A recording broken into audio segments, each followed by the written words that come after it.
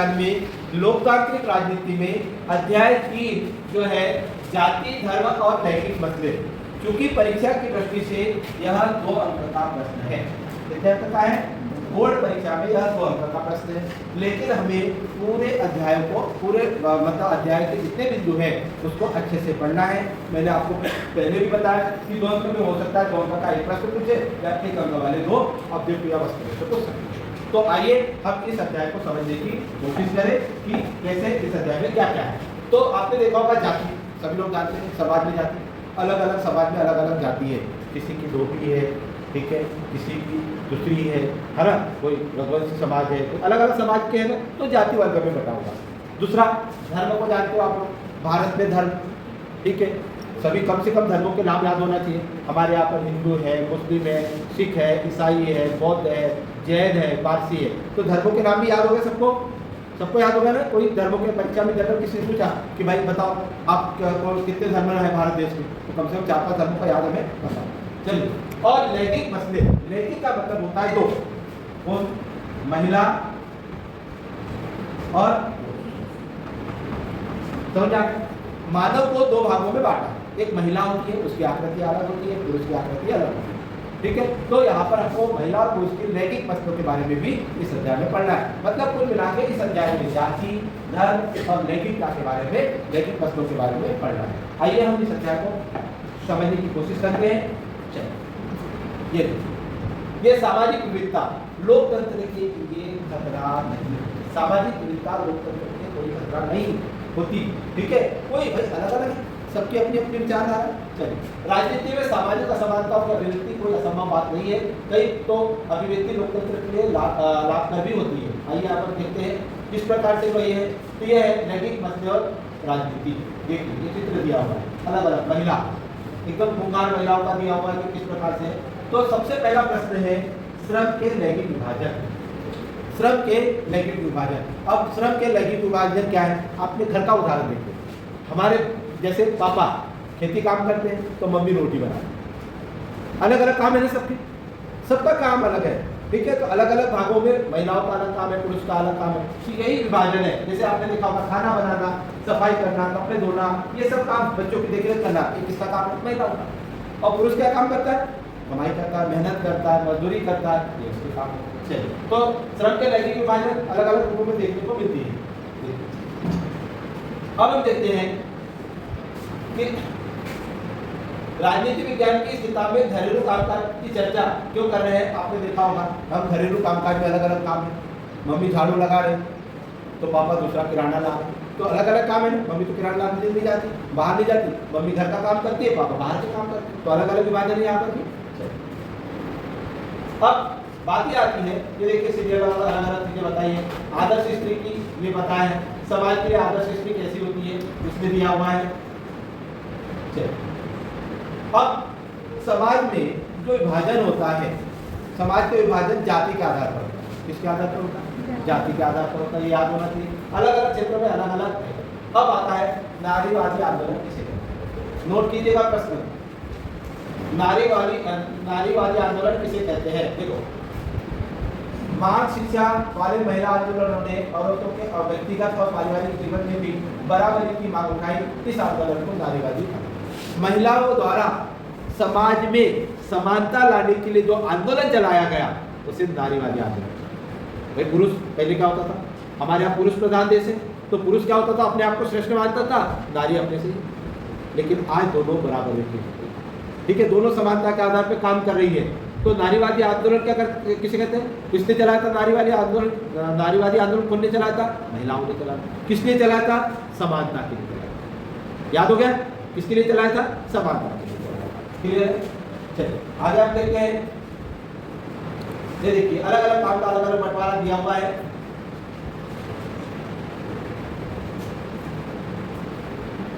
चलो लिंगानुपात की बात करते हैं। भारत में अनुपात स्त्री और पुरुष, तो मैंने आपको पहले बताया था महिलाओं की संख्या किस राज्य में सबसे अधिक है? केरल में। सबसे अधिक साक्षरता किसमें है? केरल में।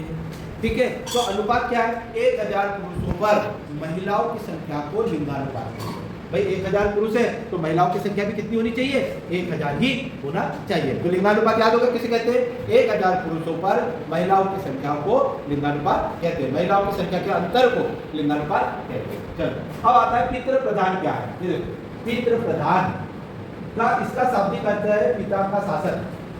इस पद का प्रयोग महिलाओं की तुलना में पुरुषों को ज्यादा महत्व, ज्यादा शक्ति देने वाली व्यवस्था के लिए किया जाता है। ठीक है, पितृ प्रधान क्या है समझ गए, भारत में पितृ प्रधान पद्धति है। ठीक है, पुरुषों का शासन यानी पिता का शासन ही पितृ प्रधान कहलाता है। चलिए आगे देखते हैं।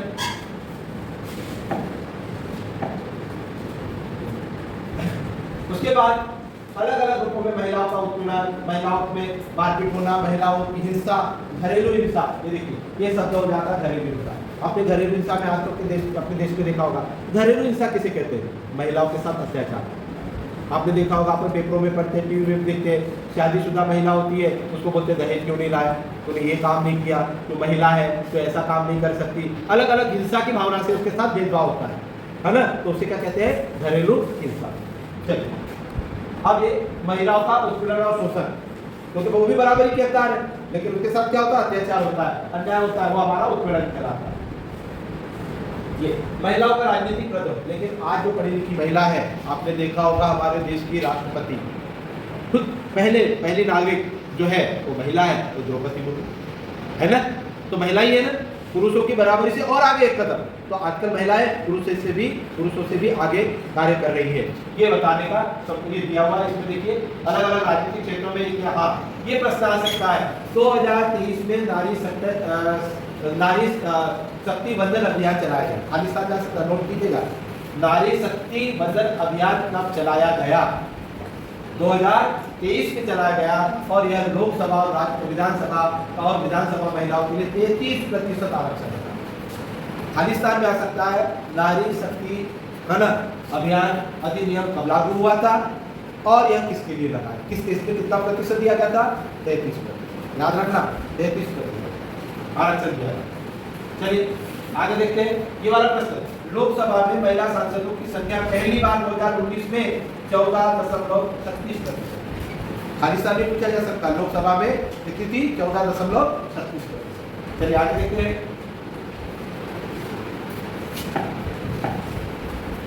तो धर्म सांप्रदायिकता और राजनीति के आधार पर पारिवारिक कानून क्या होता है, ये वाला प्रश्न नोट कीजिएगा।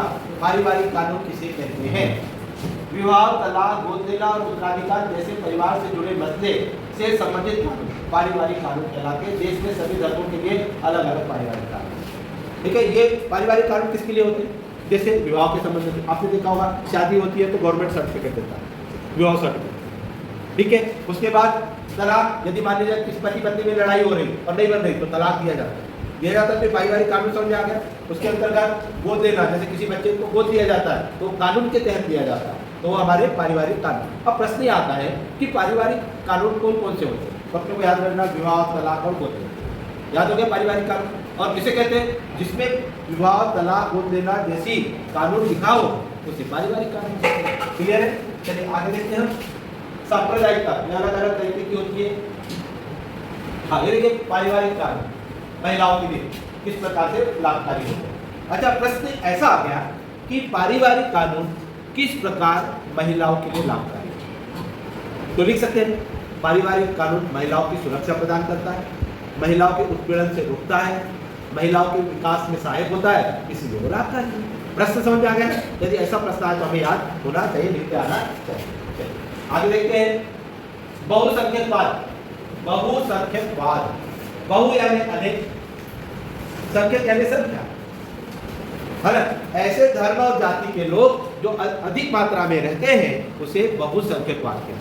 याद हो गया बहुसंख्यकवाद, यानी ऐसे धर्म और जाति के लोग जो ज्यादा संख्या में रहते हैं उसे बहुसंख्यकवाद कहते हैं। याद हो गया ना, चलिए आगे देखते हैं। धर्मनिरपेक्ष शासन क्या है, यह आ सकता परीक्षा में, याद रखेगा। भारत एक धर्मनिरपेक्ष राज्य है, याद रखना। भारत में विभिन्न धर्म के लोग हैं, मैंने आपको धर्म बताए थे, कितने धर्म, हिंदू, मुस्लिम, बौद्ध, सिख, ईसाई, है ना, विभिन्न धर्म के लोग हैं। कानून द्वारा सभी व्यक्ति को अपने अपने धर्म को मानने का अधिकार है। लेकिन कोई भी व्यक्ति किसी भी धर्म की बुराई नहीं कर सकता। यही धर्मनिरपेक्षता है। याद होगा धर्मनिरपेक्षता क्या है? सभी धर्मों का सम्मान करना, किसी भी धर्म की आलोचना नहीं करना, उसे धर्मनिरपेक्षता कहते हैं। और भारत एक धर्मनिरपेक्ष राज्य है। लिख सकते हैं ना धर्मनिरपेक्ष। चलिए आगे देखिएगा, वर्ण व्यवस्था। वर्ण व्यवस्था आप सभी लोग जानते हैं। वर्ण व्यवस्था हमारे देश की पौराणिक समस्या है, पुरानी समस्या है। अलग अलग धर्म के आधार पर हमारे समाज को वर्ण व्यवस्था में बांटा गया। 4 वर्ण व्यवस्था, ठीक है? ब्राह्मण, क्षत्रिय, वैश्य और शूद्र। 4 थे ना? कौन कौन से थे? ब्राह्मण, वैश्य, क्षत्रिय और ये पूरा समाज हमारा था। तो 4 वर्ण व्यवस्था में बटा। 4 वर्णों के नाम याद रखिए। पुराने समय में क्या होता था कि कोई जाति नहीं थी। हम जो आज जाति में बटे हैं ना, ये कोई जाति नहीं थी। जो अच्छा ज्ञानवान था उसको ब्राह्मण बना दिया गया, ठीक है? जो अच्छा मोटा ताजा जो युद्ध लड़ सकता था उसको क्षत्रिय बोल दिया गया। जो अच्छा व्यापार करता था उसे क्या बना दिया? वैश्य बना दिया। और जो बेचारा गरीब था, कमजोर था, दिमाग से ये था, मजदूर था, उसको शूद्र बना दिया। और आज वो जाति हमारे शरीर के आधार पर बनाई थी और आज वो जाति हमारे समाज में फैली है, ठीक है? तो ये हमारी व्यवस्था थी, वर्ण व्यवस्था, जिसके कारण भेदभाव आज समाज में जारी है। चलिए तो हमें इस प्रकार के इसमें नहीं उलझना चाहिए। इसमें ऐसे सामाजिक सुधार के लिए 3 सामाजिक सुधारकों के नाम लिखिए। तो देखिए, ज्योतिबा फुले, महात्मा गांधी, डॉक्टर भीमराव अम्बेडकर। प्रश्न ये आ सकता है ना कि 3 सामाजिक आंदोलन या सामाजिक सुधार के लिए 3 मतलब किसके महापुरुषों के नाम लिखिए। याद होगा 3 महापुरुष, महात्मा गांधी, डॉक्टर भीमराव अम्बेडकर और ज्योतिबा फुले। चलिए उसके बाद जाति और राजनीति में अलग अलग हम देखने को यहाँ पर मिलता है। उसके बाद शहरीकरण। शहरीकरण क्या होता है? गांव का शहर की ओर पलायन करना शहरीकरण कहलाता है। गांव का शहर की ओर पलायन करना यानी जाना, वहां लोग जाते हैं, निवास करते हैं, वो शहरीकरण। चलिए जातिगत समानता को हमने ये वर्ण व्यवस्था मैंने आपको बताया था, जातियों को अलग अलग भागों में बांटना। कितने वर्ग थे? 4, याद होना चाहिए। उसके बाद इस अध्याय में जाति, राजनीति में जाति अलग अलग बोलते हैं। राजनीति में जाति कैसे हो रही? अरे भैया ये मेरी जाति का वोट है, मुझे वोट देना, बोलते हैं ना सर। बोले एक और समाज है, ये रघुवंशी समाज है, ये मेहरा समाज है, ये हरिजन समाज है, भैया मुझे ही वोट देना। ये गलत बात है ना, है ना भाई? जाति के आधार पर वोटों का बंटवारा होना लोकतंत्र के लिए खतरा है। एक अच्छा व्यक्ति वो किसी भी जाति का हो सकता है, किसी भी धर्म का हो सकता है ना? चलिए तो सार्वभौमिक वैश्य मताधिकार, ये प्रश्न आता है। सार्वभौमिक वैश्य मताधिकार वह जिसकी उम्र 18 वर्ष की हो गई हो और वोट देने का अधिकार हो, उसे सार्वभौमिक वयस्क मताधिकार कहते हैं। प्रश्न नोट कीजिए, सार्वभौमिक वयस्क मताधिकार किसे कहते हैं? किसे कहते हैं? जिसकी उम्र 18 वर्ष की हो गई हो और वोट देने का अधिकार हो, उसे हम सार्वभौमिक वयस्क मताधिकार कहते हैं। तो ये हमारे दिमाग में याद हो जाना चाहिए। शहरीकरण मैंने आपको बता दिया। शहरीकरण शब्द किसे कहते हैं? देखो नोट करो, शहरीकरण किसे कहते हैं? ग्रामीण इलाकों से निकलकर लोगों का शहरों में बसना। बताया था मैं, शहरीकरण गांव का शहरों की ओर जाना और वहां पर रहना शहरीकरण कहलाता है। तो भारत की धार्मिक विविधता में हमने देखा अलग अलग धर्म के लोग रहते हैं, अलग अलग जाति के। तो देखिए भारत में यहाँ पर एक मानचित्र बताया है, एक चित्र बताया है कि भारत में अलग धर्म के समुदाय के लोग, तो सबसे ज्यादा वर्तमान में भारत में हिंदू लोग रहते हैं। खालिस्तान जा सकता है, भारत में हिंदुओं का कितना प्रतिशत है? कितना है? 79.8। मुस्लिम का कितना है? 14.2। तो अल्पसंख्यक और बहुसंख्यक 2 शब्द आए। तो अल्पसंख्यक कौन से हो गए? मुसलमान। और बहुसंख्यक कौन हो गए? हिंदू। समझ आ गया ना? उसके बाद ईसाई कितना है? 2.3% है, सिख 1.4% है, बौद्ध 0.7% है, जैन 0.4% है, अन्य धर्म 7%। तो आपको समझ आए खालिस्तान में आ सकता है कि भारत में मुसलमानों कितना प्रतिशत है। तो हमको ये याद होना चाहिए 14.2। और उसका हिंदू का कितना है? 79.8 यानी लगभग 80%। चलिए तो ये याद होना चाहिए। जाति के अंदर की राजनीति, अलग अलग जाति में अलग अलग बंटवारा हुआ है, अलग अलग जाति के आधार पर वोट देखिए, वोट बैंक जाति के आधार पर। मैंने आपको उदाहरण बताया था ना कि भाई मान लिया जाए कोई व्यक्ति खड़ा हुआ है, जैसे मान लीजिए गौर समाज का खड़ा हुआ है, ठीक है? अब रघुवंशी समाज ज़्यादा है तो रघुवंश समाज का बोलते नहीं नहीं तो गौर समाज का है, उसे वोट नहीं देना। होता ना ऐसा, ये गलत है ना, ये गलत धारणा है। हो सकता है कि गौ समाज का व्यक्ति बहुत अच्छा हो, रघुवंश समाज का व्यक्ति खराब हो, लेकिन हमारी जाति के आधार पर वोट बैंक को लोकतंत्र में खतरा होता है। जातिगत असमानता आपने समाज में देखी है, अलग अलग जाति का अभी भी, जैसे उच्च जाति के लोग निम्न जाति के लोगों पर दबाव डालते हैं, है ना, वो बोलते हैं तू नीची जाति का है, तो बड़ी जाति का है, छोटी जाति का है। भाई इंसान को भगवान ने जब इंसान को पैदा किया तो कोई छोटी जाति वाति देखकर नहीं किया, लेकिन वो जब बड़ा होता है तो जाति में बढ़ जाता है ना। तो ये हमारे जातीय असमानता है। कोई गरीब है, कोई अमीर है, तो उसके कर्म के कारण हुआ गरीब और अमीर, है ना, इस प्रकार से। तो देखिए अलग अलग बताया कि दूसरी जातियाँ ग्रामीण कितनी है, शहरी कितनी है, आपने बताया अलग अलग। आपको पता है जाति के आधार पर तीन कैसे होती है, आपको लिखा होगा। एक होता है जनरल यानी सामान्य, एक होता है ओबीसी यानी पिछड़ा वर्ग, ये सब याद होना चाहिए आपको, ये सामान्य, है ना। एक होता है एससी यानी अनुसूचित जाति, ये आपको पता होना चाहिए। और एक होता है एसटी यानी अनुसूचित जनजाति, ये याद होना चाहिए आपको सब, इसका पता क्लियर है। चलिए आगे देखिए। इस प्रकार से हमने इस अध्याय में बहुत सारी चीजें पढ़ी। क्या क्या पढ़ा इस अध्याय में? हमने पढ़ा शहरीकरण क्या है, इस अध्याय में पढ़ा हमने नारीवादी आंदोलन क्या होता है, इस अध्याय में पढ़ा हमने बहुसंख्यक किसे कहते हैं, अल्पसंख्यक किसे कहते हैं, जाति के आधार पर कितने होता है, मतलब कितने भागों में बांटा, धर्म के आधार पर ये पढ़ा हमने। साथ ही हमने अनेक प्रकार की जातिगत असमानता, लोकतंत्र में जाति प्रभाव किस प्रकार हमारे लोकतंत्र को घातक है, इसके बारे में इस अध्याय में पढ़ा।